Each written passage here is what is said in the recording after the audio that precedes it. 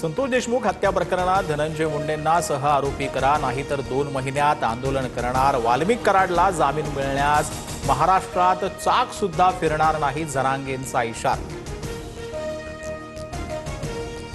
मुख्यमंत्र्यांनी सभागृहात आपल्याच आमदाराला झापलं. लाडक्या बहिणींच्या विरोधात जाऊ नका, अन्यथा घरी बसावं लागेल. फडणवीसांचा अभिमन्यू पवारांना खडेबोल. फलटणमधील महिला डॉक्टरच्या हत्या नव्हे तर आत्महत्या. मृत महिलेच्या हातावरील अक्षर तिचंच.